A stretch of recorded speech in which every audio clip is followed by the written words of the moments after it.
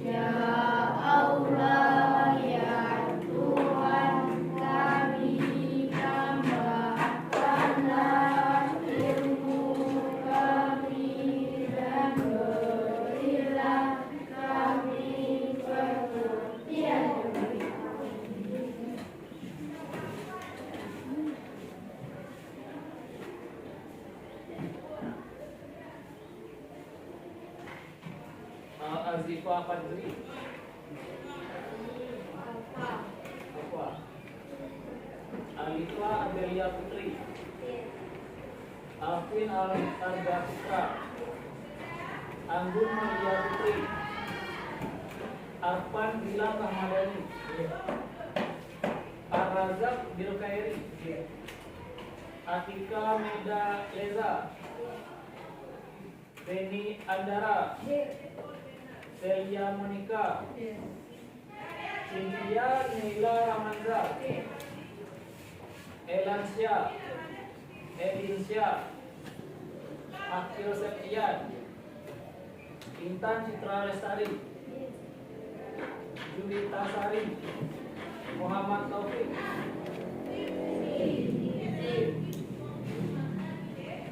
Nur Silvi Amani, Olivia Safifa, Rahmat Wafik Al-Khalid,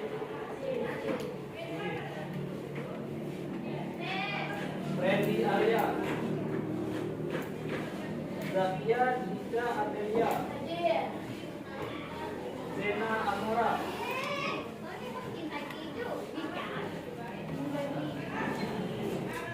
selamat siang semuanya. Pada kali ini kita akan melanjutkan pembahasan yang sebelumnya pada jam pelajaran pertama, yaitu mengenai puisi. Puisi yang merupakan sebuah bentuk karya sastra yang puitis, terdiri atas larik dan bait. Puisi juga memiliki rima dan irama, yang dimana rima adalah pengulangan bunyi yang berselang, baik dalam puisi maupun pada bagian akhir. Sedangkan irama adalah bunyi-bunyi yang berulang, teratur, dan bervariasi menimbulkan gerak yang hidup. Baik, di sini kita akan mengenal puisi yang berjudul Kedai Kopi Pukul 11 Siang. Dan di sini kita akan menentukan larik, bait, rima, serta penggambaran atau imaji yang merupakan unsur untuk melibatkan panca indera manusia yang dapat menggiring pembaca untuk membayangkan sebuah kejadian di dalam puisi. Untuk puisinya, sekretaris tolong ditulis komentar.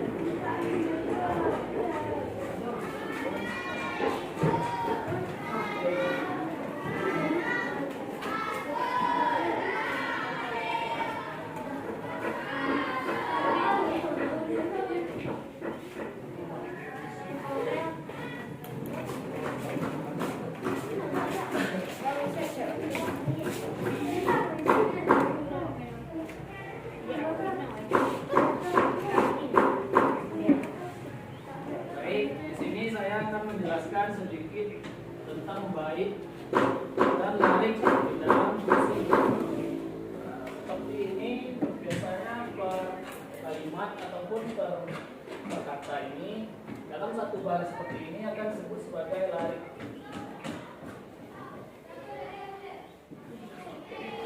Dan di dalam puisi biasanya akan ada seperti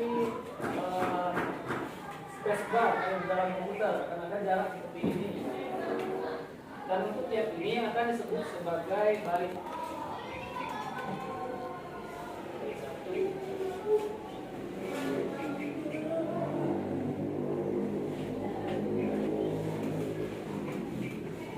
Oke, sampai di sini untuk baris dan bait. Apakah ada pertanyaan?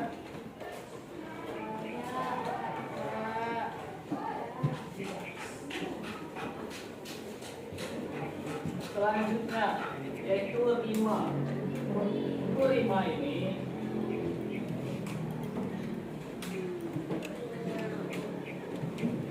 dalam puisi tersebut contohnya ada pada kata untuk sudah siap kamu datang. Nah, di sini akan datang akan sebagai rima. Itu dimana akan ada variasi dari guru yang akan kita ucapkan.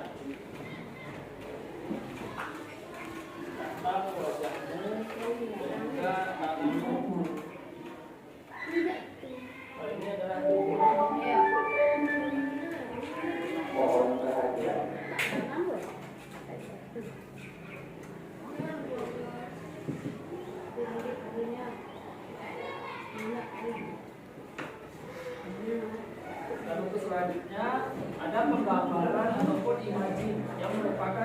yang melibatkan pada indera manusia yang dapat digambarkan dengan hanya membaca saja.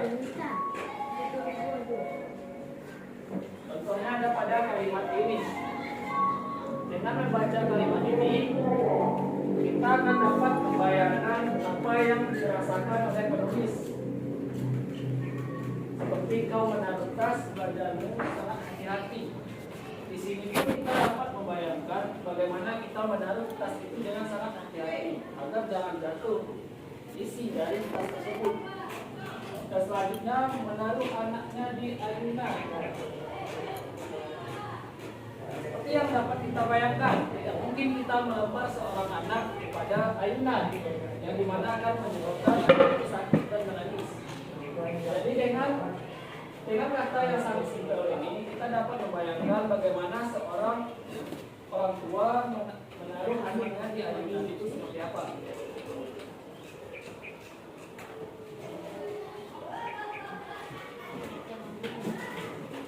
Baiklah, di sini saya akan menjelaskan sedikit tentang cara menulis puisi.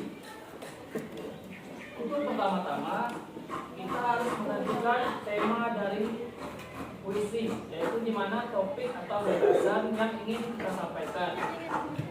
Seperti di dalam puisi ini terdapat tema yaitu suasana di kedai kopi pada pukul 11 siang hari.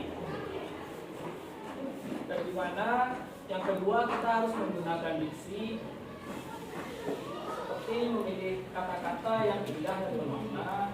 Selanjutnya memperhatikan rima dan irama dari puisi yang akan kita buat. Yang keempat, kita harus memilih gaya penulisan.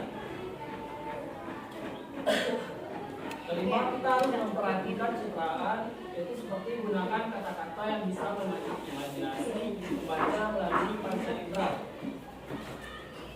Yang keenam, kita harus menyusun sebuah puisi itu memiliki beberapa bait, agar tidak cuma satu bait. Agar kata-kata yang sudah dipilih ke dalam baris dan bait, kita harus memperhatikan tata letak kata ataupun tipografi di dalam puisi. Dan yang terakhir, kita harus memeriksa struktur bait, yaitu memastikan puisi memiliki tema, rasa, nada, dan amanat yang jelas yang sesuai dengan maksud yang ingin disampaikan penulis. Sejauh ini apakah ada yang ingin ditanyakan?